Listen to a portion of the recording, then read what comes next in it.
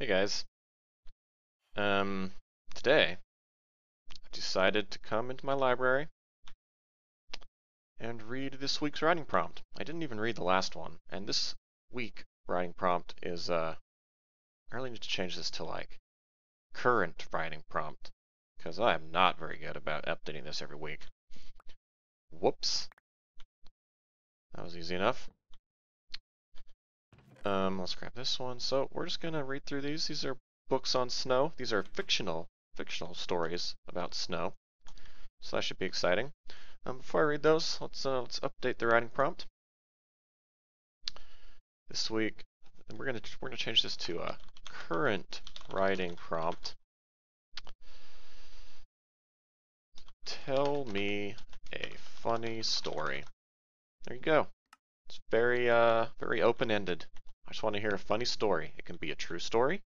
It can be a made-up story. Whatever. Funny story. That's the only requirement. All right, let's go find a nice, quiet place. Heck, we're just gonna stay down here. Let's go sit over here. All right. First of all, I have this book. This is a book from my librarian, Torn. He just wants to call out some of the peasants who are awesome. So, we've got one Ronick Pills, the personal scribe, assists in too many ways to list. There you go. So, thanks to him. NB the King, the numbers man, assists with the library catalog and keeping track of the volume of books shelved. Good. Mama's Boy Gamer, Warrior Solution, and Matt Trodge, the librarian's little helpers. These fellows run errands, deliver mail, perform tasks, such as checking the adverts section for out-of-date ads. Oh, that's important. And helping answer the Jimmy's questions. Good job. Good job, guys. I'm glad to see so many helpful people in the library keeping this place running. Alright, so here we go. First Snowstorm by Mr. Rome. The first snowstorm. Away off on a warm sunny island, little Harry Hall was born. Flowers bloomed all the year round. The sun shone most of the time, although now and then there were thunder showers. Many wonderful plants grew wild, while on the shore shells and seaweed and queer little fishes were often to be found. When Harry was 6 years old, his parents took a journey to New York. It seemed very odd to the little boy to live in a place with so many people, where there were so many people, and such great houses. After a while, the weather grew cold, and he had to wear thick woolen clothing. The house in which they lived was heated by a furnace, but one day they had a fire of logs on the hearth. Harry enjoyed it very much, and thought the bright blaze so pretty. The sky was gray and cloudy one afternoon, and Harry had been standing by the window watching the streetcars. Suddenly the air grew thick, and he could scarcely see the houses opposite. Something white and feathery fell slowly down and rested on the window ledge. Then it disappeared, but more and more of the little flakes came until there was quite a ridge outside the window. Harry opened the sash gently, fearing it might fly away. He was surprised and touched it to find it so cold. He took some up in his hand, but in a moment it was only a drop of water. By that time the street and the men's hats and coats were quite white. Harry was puzzled to find a name for the beautiful white substance, so he ran to his mamma and asked her about it. She told him it was snow, and because the air was so warm on the beautiful island where he was born, they never had any. The next morning he saw the little children of the neighborhood playing in it, but before noon the sun was so bright and warm the snow had melted away. When the second snowstorm came, Harry's papa brought home a beautiful sleigh, and gave his little boy great pleasure by drawing him up and down the street. Harry soon learned to go out by himself, and made many friends, especially of the little girls, as he was very generous with his sleigh. But he has never forgotten his surprise when he saw the first snowstorm. What a wonderful story. The 3rd of December. Remember, remember, the 3rd of December, the gunpowder sequence and plot. I have no reason to ever be forgetting why they blew that table up. That was obviously on the 5th of December, and this is not a fictional story. But that's okay. Queen Shay and her companions did a scheme contrive to blow the table of 50... Oh, I feel like there's a missing line here. 50 barrels laid below to prove the Queen's loyalty and devotion, but by God to rule they did in fact clear the walls, a strike of flint for King Boo's sake. If you don't clear, I'll survive, the better for me.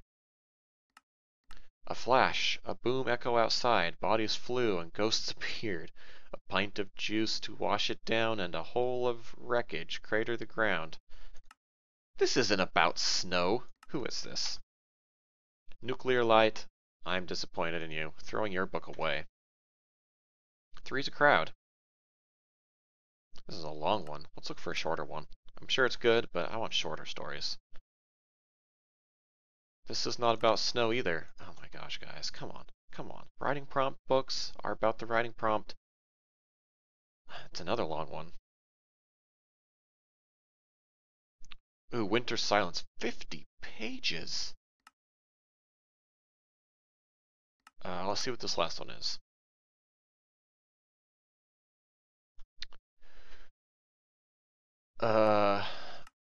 Is this about snow? I'm just gonna scan for the word snow. Alright. There's probably other books about snow. I don't know where my librarian has been stowing them all. This one's probably fine. I'm just going to throw this in another random book chest. That one and this one. Let's see here. Is this one about snow?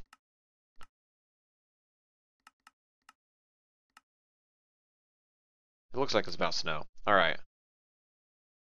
I'm going to throw these back in here for now. I want to read those before I bother reading them in video, because if they're boring, then I would want to bore everybody. But if they're good, then I would have to read it. So I will do that before this. Oh, this one was a good one. I'm going to put this one in the writing prompt chest so that it can be filed away.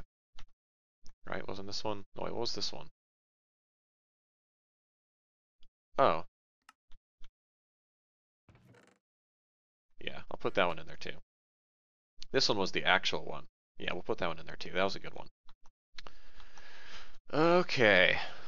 Do I need to do anything in the library today? What's this?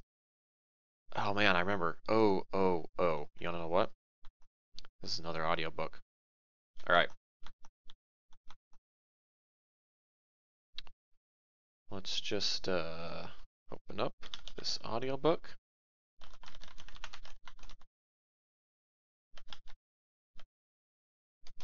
I have already verified that this is a valid audiobook and not something ridiculous. So, here we go. The following tome contains secrets most foul. If you haven't the heart, you should cease reading now. It's loud. Lord Roman the Holy is deathly afraid of water, be it ocean, creek, or cascade. Interesting. It's good to know. Lord Willie seems brash, but is truly quite shy, and feels quite insecure about his nipples and thighs. I did not know that. Justin the Manly has a fear of sharp blades, so he refuses to shave, his beard matted and frayed. That's why he has a beard. Okay. Nisovin is perfect, no dirt to be found, no matter how much I looked or asked around. Clearly that's true. Lord Deadbones is crazy, quite clearly insane, but did you know that it's caused by an imp in his brain? I didn't know that. Bippin's a fake. He's not really a lord. He's terrified of being found as a fraud. I knew that he wasn't a lord. I did know that. Built by a wily old doc. It's his mission in life to kill the one known as Rock. I didn't know that either. Learning so much today. Of kissing stray frogs, in the hopes of the princess, he could guard like a dog. I didn't know that, but that's not surprising. Co-Star is perpetually seeing his day of birth, as he's stuck in a time loop until he proves his worth.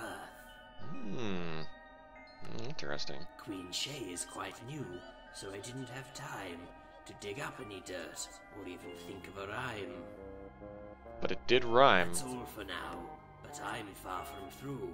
I've got dirt on the squires, saved for volume 2.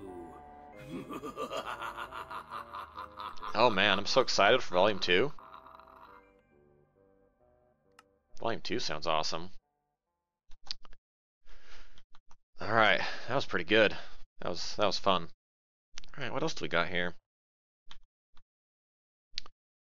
It's all decorated for Christmas, or Nismas time, I guess is what we're calling it. Oh, I believe my librarian has already updated this to be Nismas carols. Ooh, carols. Oh, nice. I'll have to come by and read those when there's more. But so far, so good. We've got 3. We're gonna need some more. Shut up, you stupid villager. You are so loud. Just always grunting all the time.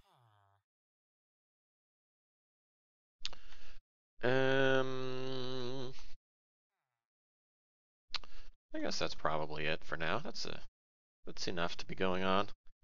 If I could find the other snow books, then I would totally read them. But I mean, there's so many books over here. Look, these shelves are all full. There's just books everywhere.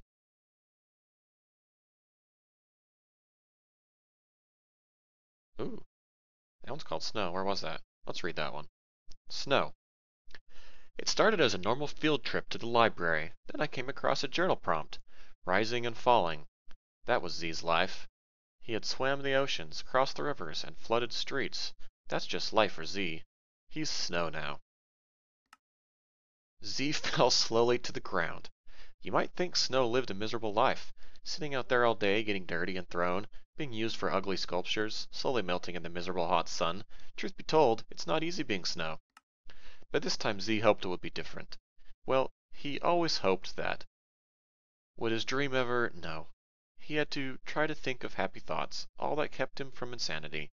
All the noise from snow around him, the horrific pain of the sun. Happy thoughts, Z, happy thoughts. He snapped back to reality. Where am I, he thought. Snow doesn't have any eyes, but they had some sort of pseudo-vision. Legend has been told that Lord Nisovin did this to keep these poor creatures. It was funny, he thought. All of us beings live different lives. He wondered about what a human's life was like. It wasn't so bad, was it? Would he ever find out? Would he ever find hope? Only heaven knew. That's interesting. That's almost sad. Poor Snow. That was a good one. Eternal Frost. Let's read that one. His nose cringed as a flake of ice fell on the tip. He lifted his hood as more flakes followed the first. It was that time of the year again, the first snow. He hated the snow, the cold, and all that encompassed the winter. Some nights, tears would freeze on his face as the chill brought back memories of his dire past. Life is tough for a poor peasant with little shelter, warmth, or company these frosty months. His eyes started to fill with water as he continued to walk. Every now and then he would walk past a warm home with a lovely family inside. Loving family inside. It made him hate the snow even more, for it became a symbol of his isolation. He was losing hope in his happiness, for it felt like his loneliness would be eternal. He believed he would die in this world whilst freezing in the little shelter he had. Suddenly, he was thrusted backwards by a bolting stranger who ran into him. As his voice began to fill with anger, he looked up at the hasty peasant. His heart softened, his mind stupefied. As he looked into the beauty that beheld him, the stranger was a lady, with blue eyes and black hair that contrasted with the snow. He hated the snow that fell on his own face, but on her it was the most beautiful thing he had ever seen. She laughed as she picked him up off the ground, apologizing for her clumsiness. All he could do was stare into her eyes. He had forgotten the snow, the cold, and his isolation. Something had stirred in his heart, making him feel warmth without a fire. It seems right that the coldest season of the year, the season filled with snow, is easily the warmest inside. Love tends to take the bitterness and loneliness in the world and turn into a flame in your heart. Snow isn't eternal, and neither is the cold. That was such a lovely story. You know what? I think we're going to end on that. So, thanks for watching, guys, and I will see you guys later.